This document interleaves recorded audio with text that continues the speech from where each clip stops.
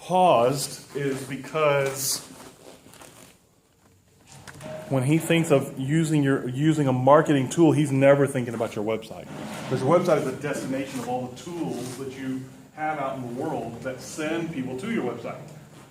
So we are going to accept the definition that your website can be a marketing tool, and I'm going to show you how today, okay? So the first thing that she said is perfect. It's telling your story. So what is your story? Your story can't be that you sell stuff, right? That's not your story. Number one, the biggest reason is because that's what everybody says. What do? I sell widgets. No, you don't. What did we talk about last week? People don't buy, come on, 4 or 5 of you from last week. People don't buy, what do they buy? They don't buy this, they buy that. They buy a state of mind. They don't buy things, they buy states. So the state of being in possession of a 60-inch TV. Just owning that high-definition TV makes me feel a certain way. It's maybe a purchase that I've wanted for a long time. Maybe it's that I feel inadequate because I don't have one, and my buddy Fred next door does have one. And as you know, as primal and flawed as that sounds, you have to understand your customer base, and we all are human. Okay? I'm not saying that is a good thing. I'm not saying it's a good thing to trade on. What I'm telling you is that people feel this way. If you ignore it, you're not going to get your story out there. Okay? So, we started with definitions. We're going to talk about a framework here in a second, too. We talked about how you define marketing. I really like this picture. Everybody recognize this, right? What is it? Coca-Cola. Coca-Cola. Why is that so significant? Because even blurry and kind of messed up, we all still know it. Right, because of the brand. How many of you don't bring to mind an actual Coke, like in your hand, drinking a Coke, or a memory you have of drinking a Coke? Does everybody in here? Because I know I do. You know, my family, when I was growing up, unfortunately for my teeth, it was a big deal. Sodas were a big deal. We drank Big Red. Our face would be red by the end of a family get-together because we drank so much Big Red. It had so much dye in it. You don't find that out till you quit drinking it, and years later you go back and drink it, and it makes you sick. Because it has so much red dye in it. But the point here is that they have told their story so well, and they know their customer and why their customer buys. You think about Coca-Cola commercials. They're never selling you, hey, here's a pile of sugar and some acid you should run over your teeth. It'll ruin your teeth and give you diabetes. Here, buy this. That's never what they're selling you. What are they selling you? Let's talk about that for a second. It's refreshing. It's yeah. That was it right there. That's what they always sell you. Refreshing, yes, cold, sweat beads and all that. But as time has marched on, we've all gotten a little bit smarter, or a lot smarter.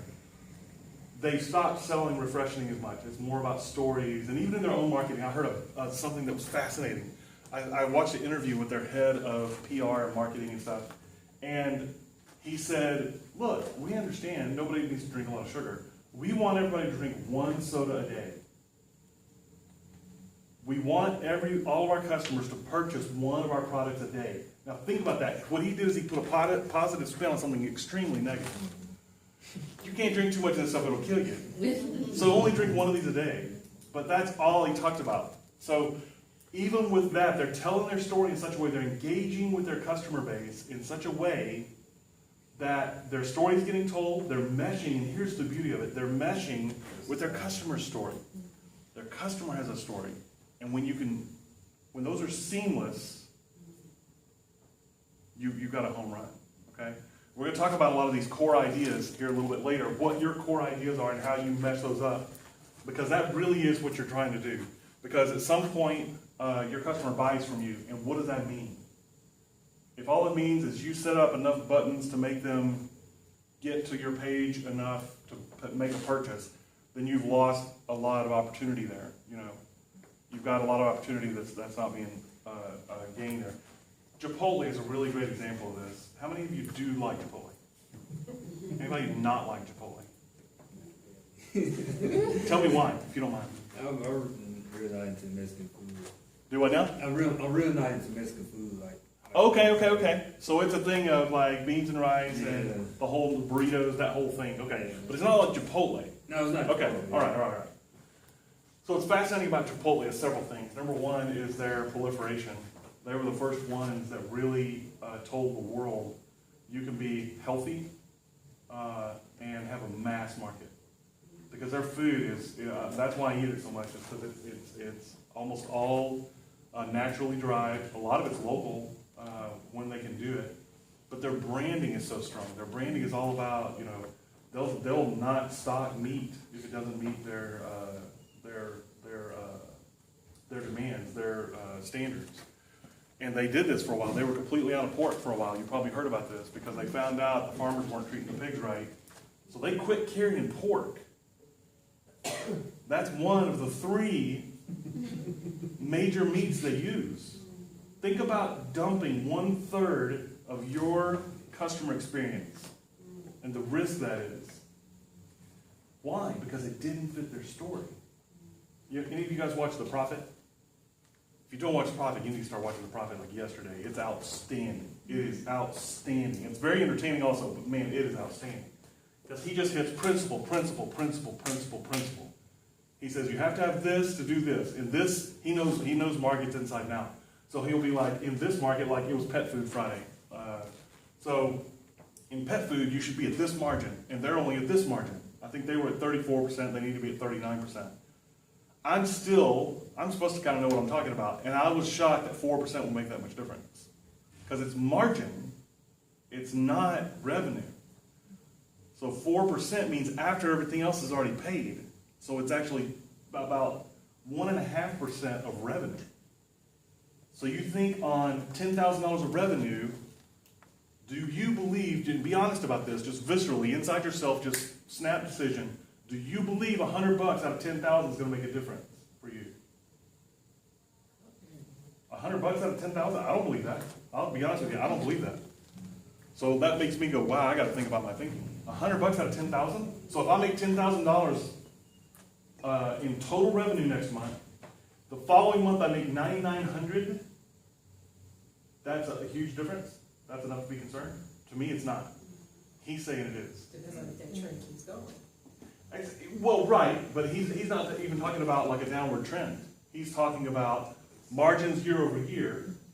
So the whole year, 4% difference makes a big difference.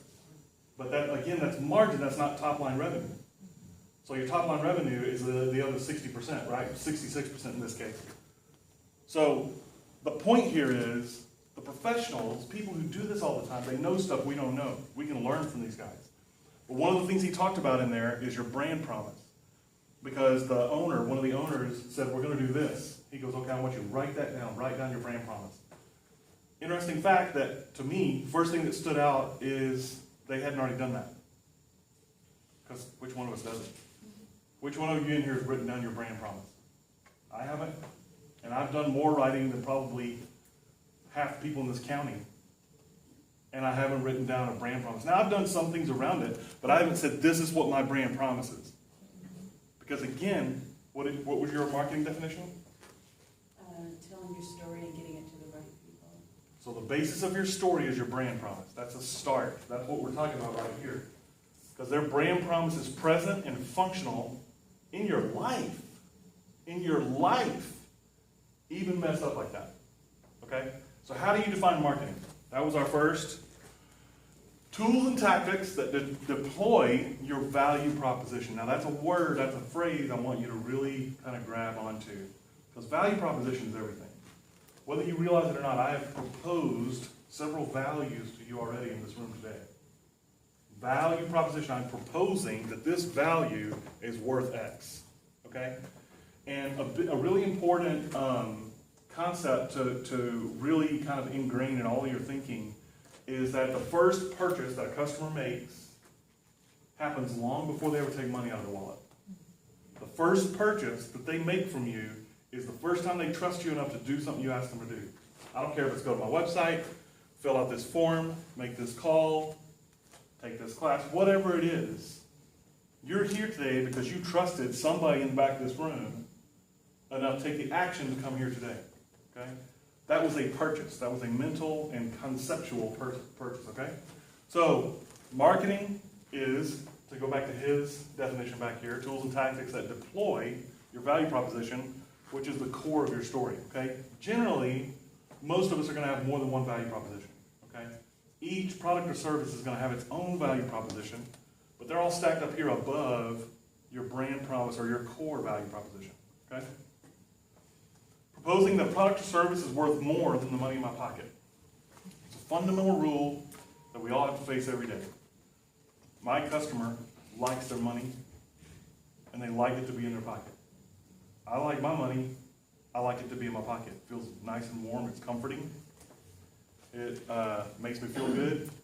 So for you to come to me and say, Kyle, today I've got this value proposition that is worth more than the sweat and blood and tears it took for you to get that money and put it in your pocket. I've got something that's worth more than that. That's what we're telling our customers every day, okay? Now, if your website's not telling people that, then you're failing. That's just that simple, okay? Because what most of us do is we live, last week we talked about the 5 steps of the sale. I'll go over them real fast. Greeting, rapport building, investigation, presentation, demonstration, and close. Greeting is, hi, how are you? This is me, this is what I'm about. Rapport building, investigation is, I like you, you like me. Most of my customers have X problem. If you're like my customer, you might feel this. This might be a solution. Solution is when presentation comes out. I present a possible solution to your problem. I demonstrate exactly how it works, how it's going to make you feel better, how it's going to make you a winner. Then close, okay? 5 steps of the sale. Most of us live in greeting and rapport building, and that's where we kind of flake out because I'm afraid to ask for the sale. I don't like rejection. I like acceptance. I like friendliness and openness and warmth. And I'm afraid that if I be salesy, I don't want to be salesy. I always tell my customers to say that if you don't want to be salesy, just close your business, get rid of the DBA, because if you're not getting salesy, what are you doing? If you're not selling, right? We all got to sell, okay? So, we live in greeting. We live a little bit in rapport building, because that feels good, that's nice and warm. But the execution, the nitty-gritty execution and the rejection that comes with identifying my product or service, identifying problems that you have, and then proposing something that you might reject is scary. That scares me. Okay? I was talking to a sales trainer one time, and I'll never forget this. I was standing there holding my drink. He's standing here holding his drink. And we were talking about sales training. And I was talking about what I do with my customers, and he was talking about what he does with his sales teams. And he said, yeah, the biggest problem that I go into these Fortune 500 companies, and the biggest problem that they have, what do you think it is? Fear. They're afraid of the close. They're afraid to ask for the business. Why? Rejection. They're afraid to be rejected. That's what motivates us in not being more specific in our website material. You have to get website material on your website that asks for the close and politely ask them to leave if they're not going to buy. That's a function of a certain type of page on your website. And you can't fear that. That's a very valuable tool. If you can get someone to say no to you, you've learned something. You took them down a path, and then they said no. So you didn't do your job in finding out if they were the right customer for you, or they went down the path essentially telling you they were the right customer, and they weren't. Okay? An answer to a proposed sale is very important. Okay? So this is a very important question. How do you define your website? How many of you do not have a website right now? Okay, 2 or 3 of you. If you did, think about what you wanted to do, how you define it. So it's important to have an answer. I don't care what the answer is. There's no wrong answer here. I love when people do that, and then you say this, and they go, oh, no, that's not right. You said there wasn't a wrong answer. You're wrong. While y'all are doing that, I'm going to walk back here and get the water.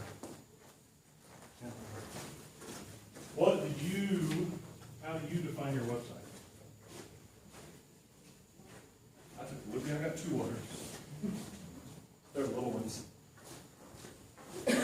The advent of the small Coca-Cola really, it showed me there was a different market than me. I'm always trying to get the bigger one. They came out with these little tiny 8-ounce ones. I'm like, people actually buy those. Fascinating. So somebody talk to me. How do you define your website?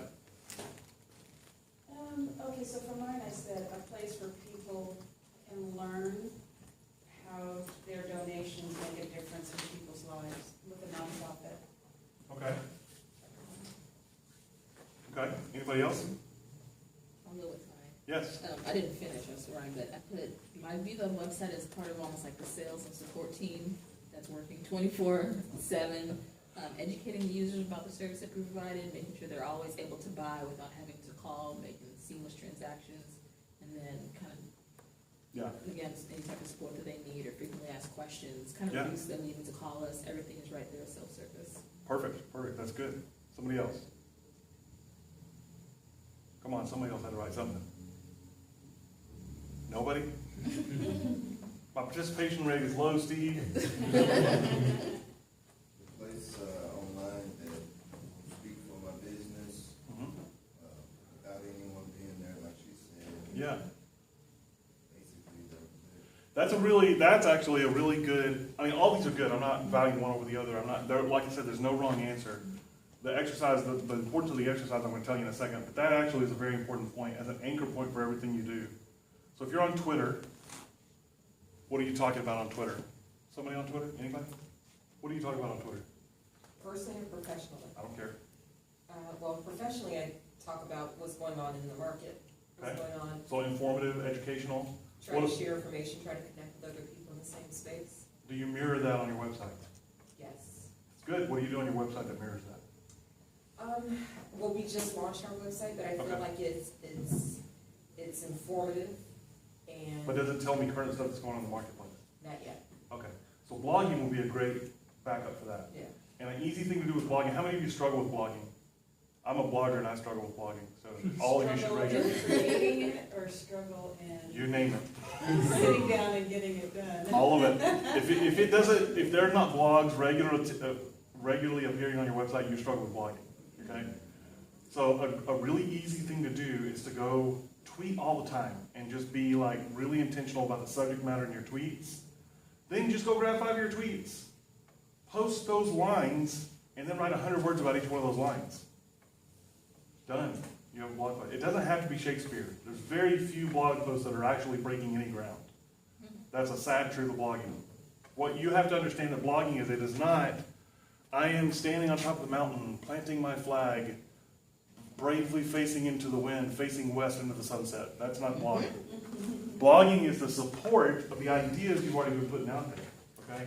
It's a fleshing out of ideas. I'll give you a really great example of this. I'm writing for a company that one of my clients, I have basically a sales relationship. I'm doing all the website marketing, and I get a piece of anything that comes through the website, okay? So one of the things he does is this really cool floor tile that looks like wood. So does anybody know the problem with wood floors? Where we got it today, water. The biggest problem with wood floors. You can't really use them in the kitchen because if you have a spill or your teenager dumps a gallon of water and doesn't clean it up and you're out of town for 2 days and you come back and that part of your floor looks like, you know, it had a little pregnant. So that's why you can't really use wood floors in the kitchen. But this tile looks like wood, but it's tile. So you get the beauty of the wood floor with tile. So I'm writing a series of blog posts educating people about that because I didn't know it existed. So you see how that works? So I'm going to tweet, did you know that there's a tile that looks just like wood? 5 things you didn't know about X tile, the brand name. 5 ways you can have wood in your kitchen without having to worry about it getting ruined by water. Parentheses, 5 unknown tips, something like that. Some of them arouses curiosity. Now, at the end of a certain period of time, I can take all those tweets and drop them onto a page on my WordPress site. One of the things we're going to do after we break is I'm going to go into some live stuff on WordPress and how to use it, and why I tell everybody. I had a funny, I think it's funny, slide on one of my presentations.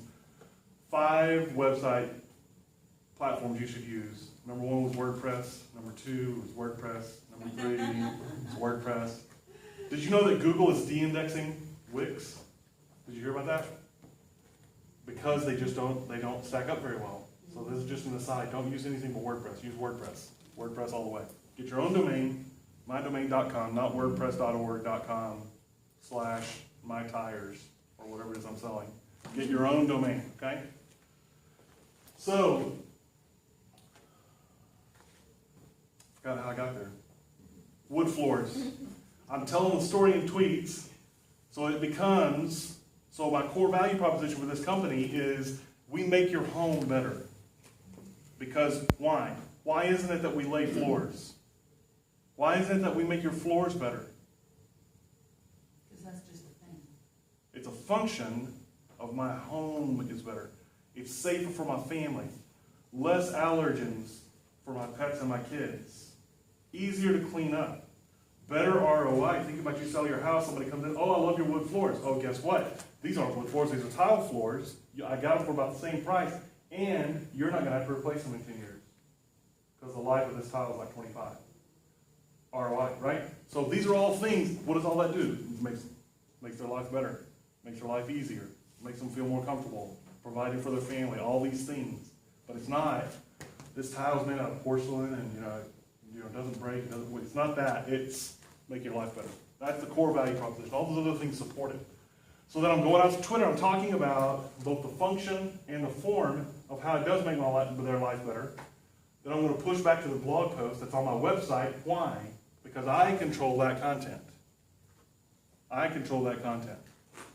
Some people have had the horrifying experience, probably a couple of years ago, you remember this, they had a big storm in the Midwest. They struck lightning struck a server farm and took down a bunch of Amazon servers. Now that doesn't seem like it affects you, except that people don't realize Amazon hosts most of the internet. Amazon went into the server business, I think about 10 years ago. And so people found out that where they were storing things on the cloud was just somebody else's computer. That's all the cloud is. There's no cloud. I mean, there's clouds. We're getting rain today. Those are clouds. This is just somebody else's computer. Just think of your buddy Harold, and you're storing stuff on his computer. That's the cloud. So the point here is, if you have something on your own website, you own that. You're not putting it on somebody else's property like Facebook or Twitter. You're pointing people from those exposure sites back to your website. Once I get them back to my website, I can get them back into my funnel. Okay? So here's the next question that's really powerfully important. You should never quit asking and answering these two questions. How do you define your website? How does your customer define your website? I had a fascinating discussion that really underscores this heavily. I gave a presentation on Instagram about 3 weeks ago. It was actually the first thing I did for SCORE. And so we had a discussion about Instagram. You can do ABC. This is how you do it. Here's tips and tricks. Here's the exposure rules. This is what not to do, all that good stuff. Guy from the back of the room says, that's what I need. This is what I've been needing. I need to call you. We set up the call. I did a little pre-work, looked at his website. Horrible. I mean, not a little bit bad, really bad. And so I emailed him and I said, look, I don't even think it's worth a call. You've got I just went through like 15 problems. You need to fix all this stuff before social media is even a fix for you, even a possibility. Because people are going to go to your website, they're going to experience this. Now, what was fascinating, he says, I want to go and do the call. What was fascinating is that him and his partner told me over and over and over again, that's not the function of the website. The function of the website is not to do what you're talking about. It's to do this thing over here. This is why we created it, and this is the way it's working, and why it's working. And I said, well, your customer's going to do ABC. Well, yeah, but that's not the function of the website. You're not supposed to do this on it. You're supposed to do this. And what I finally got across to them was, what you think about your website only matters so far. It really should be like a 30-70 division. And you should be thinking about what your customer thinks about it. When your customer goes on that website, what do they think? And like I said last week, you better be looking at mobile, because mobile's over half of all search traffic now. And Google changed the rules this year to where they will de-index your mobile rankings. They separate your mobile and your desktop rankings. So if your website is not mobile friendly, what's going to happen is you go to mobile, you got 0. You might be number 4 on page 1 on desktop, but when you go over to mobile, you're nobody. You're nothing. So if you optimize your SEO with your desktop version, would that translate into your mobile version automatically now? Well, the optimization goes to whatever shows up on mobile, but it doesn't make your website mobile friendly at all. The SEO has nothing to do with mobile friendly. Mobile friendly is all. Right, but I'm saying if you make your website mobile friendly. Oh, the SEO does, you can yes. carry over the SEO. Generally speaking, that is true. Right. As we go forward, that is gonna be less and less true. It's gonna be all about what engages people on your website, because Google, for a long time, has been about user flow, okay? So SEO, whatever, if people go to your website and leave it all the time, even if you have good rankings, you're gonna get deranked. Okay, so user flow is gonna be even more important on mobile because you have a smaller screen. What's SEO? Search engine optimization. So it's the act of arranging your page both from a user interface level and a code level that you don't see for search engines so that it's easy for search engines to understand. Okay? That's what SEO is. Did you have a question? No, Okay. it's fine. I thought it was a fast question. I was like, kind of question? No, no question. All right, so there's a guy named Ray Edwards. He's a really famous copywriter. And he was talking about the fact that he worked at a radio station as a copywriter, and they had avatars for all of their customers. They had several specific customers, and each one of them had an avatar. Does anybody not understand what an avatar is in this case? It is not the James Cameron movie. They're not people like with alien faces and stuff. Isn't it amazing that we, have all these alien movies, but they all are like quadrupeds like us? That's true. It's amazing. They're just taller or shorter, bigger heads, smaller heads, smarter, dumber. They never have dumb aliens though. They never have aliens that fly all the way across the world and are like, man, we really like this water thing you guys have got going. We don't have any of this, Or this science thing you got, man, this is awesome. Internal combustion engine, let's take that back. They're always advanced, they're always smarter than us. So what's an avatar? An avatar, that's a great question. Not an alien, that's to start with.